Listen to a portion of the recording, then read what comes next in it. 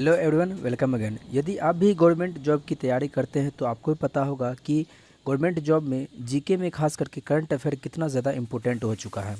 और current affair में भी सबसे ज़्यादा जो सवाल पूछा जाता है वो नियुक्ति से सवाल रहता है, यानी अपॉइंटमेंट से सवाल रहता है कि अटॉर्नी जनरल कौन है, या फिर अभी नए जो कोई भी अध्यक्ष होते हैं वो कौन है, और वो कैवे नंबर के हैं। इस तरह के सवाल बनते हैं। तो साथियों, इस वीडियो में हम लोग यही सब चीज़ देखने वाले हैं। और दूसरी बात ये भी कि हम जो कोई भी नियुक्ति याद करेंगे वो ट्रिक के साथ याद करेंगे, ताकि आपके ऑप्शन में ज़रा सा उसका नाम देखेंगे और आपके माइंड में आपका आंसर क्लिक करेगा और आपका आंसर भी सही हो जाएगा। और करंट अफेयर के लिए जो दी बेस्ट बुक है वो है एसपीडी। यदि आप कोई भी ऑनलाइन प्लेटफॉर्म पर करंट अफेयर की पढ़ाई करते हैं तो उससे बढ़िया है कि आप एसपीडी को कंप्लीट कर लें। आपका सारा चीज़ कंप्लीट हो जाएगा। सबसे पहला है आपका संवैधानिक पदाधिकारी। संवैधानिक पदाधिकारी में आपके राष्ट्रपति, उपराष्ट्रपति और प्रधानमंत्री आते हैं। तो इसको याद करने की कोई आवश्यकता नहीं। राष्ट्रपति का नाम जानते होंगे, वो एक महिला हैं, द्रौपदी मुर्मू। उपराष्ट्रपति कौन है? दो जगदीप धनखड़ हैं।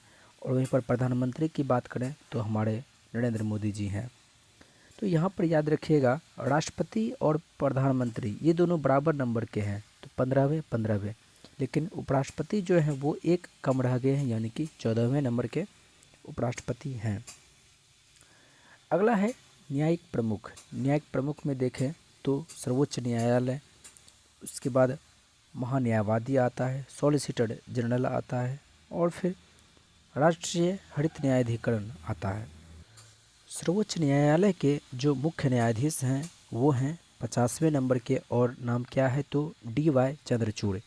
याद कैसे रखेंगे? देखिए, सर्वोच्च न्यायालय के जो न्यायाधीश बने हैं वो केस सॉल्व करते हैं।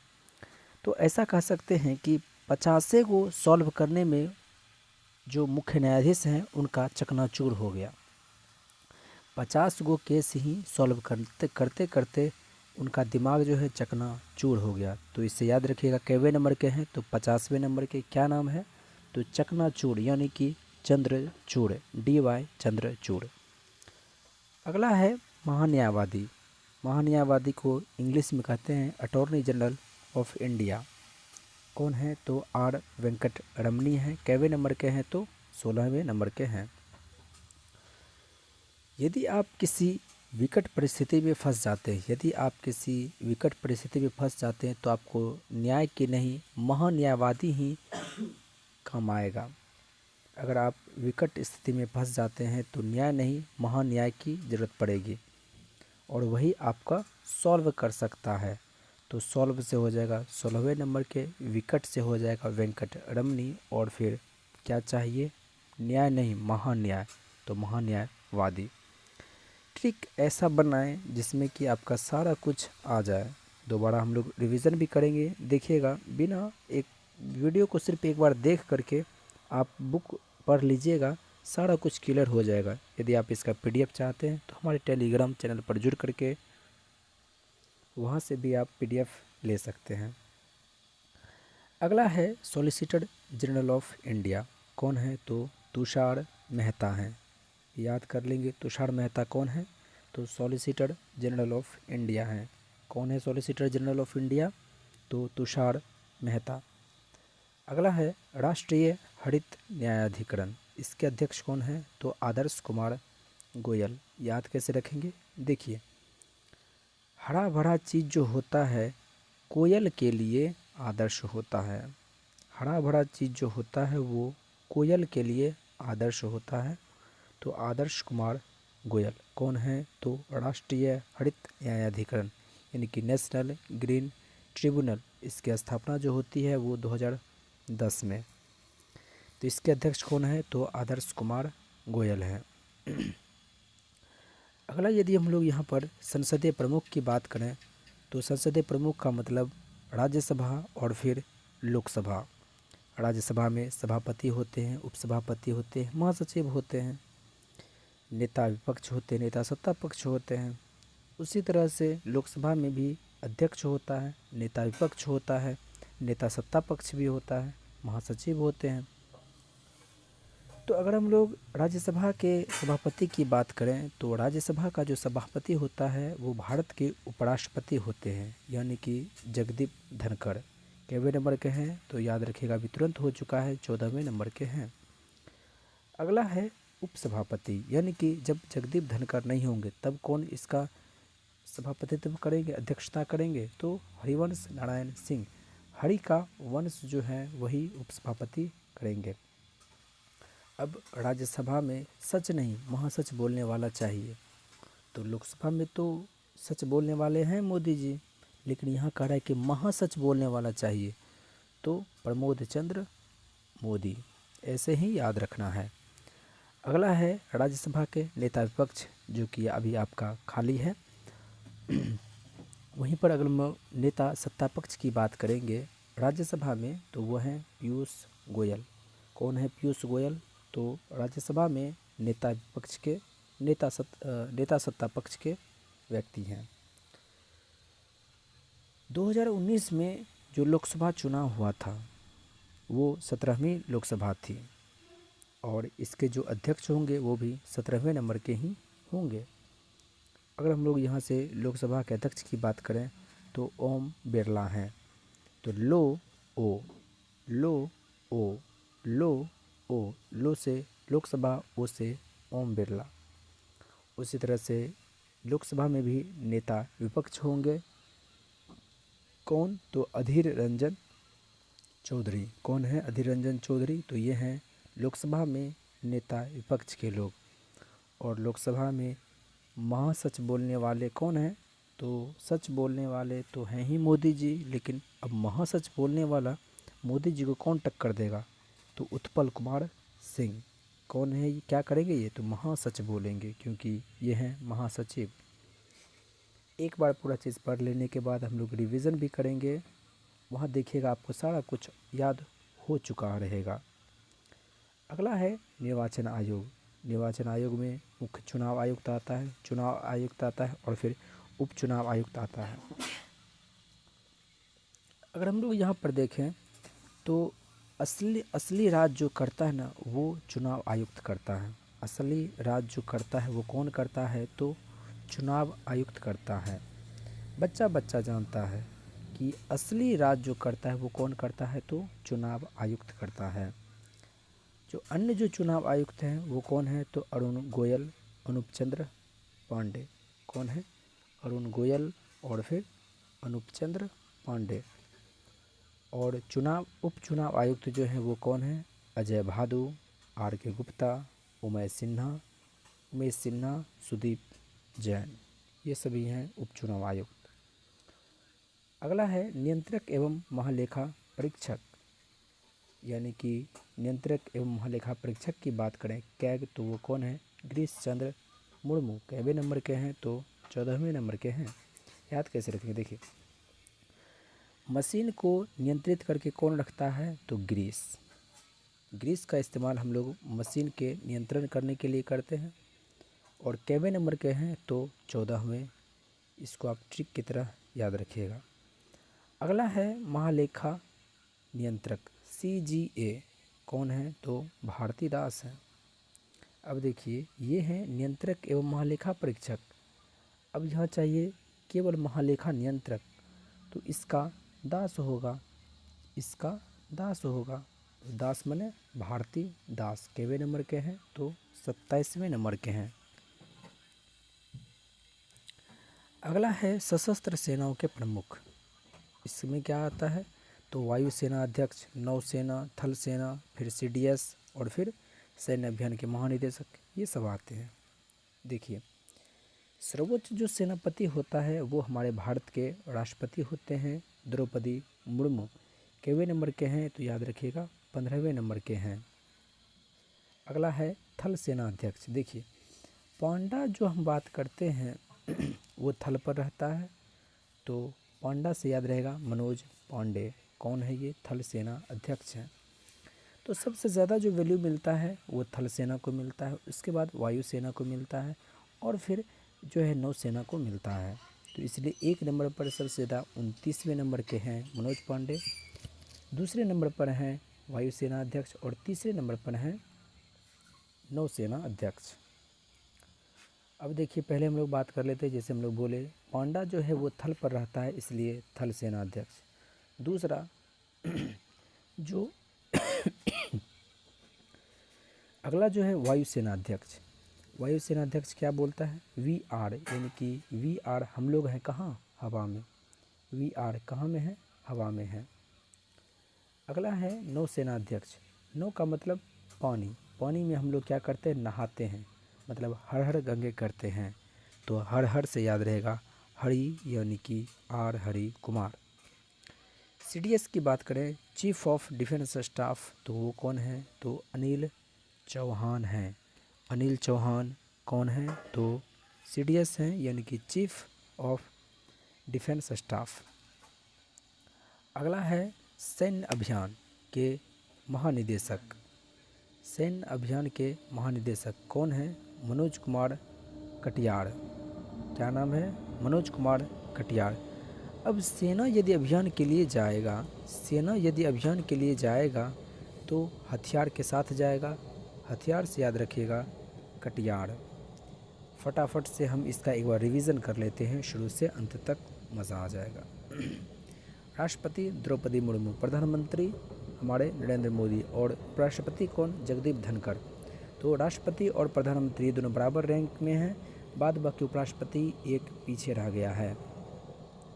आगे यहाँ हम बात करें तो चंद्रचूड़ को जब सर्वोच्च न्यायालय का मुख्य न्यायाधीश बनाया गया तो 50 केस बनाते बनाते 50 केस सॉल्व करते करते जो है ना उसका दिमाग चकनाचूर हो गया, यानी कि चंद्रचूड़ हो गया।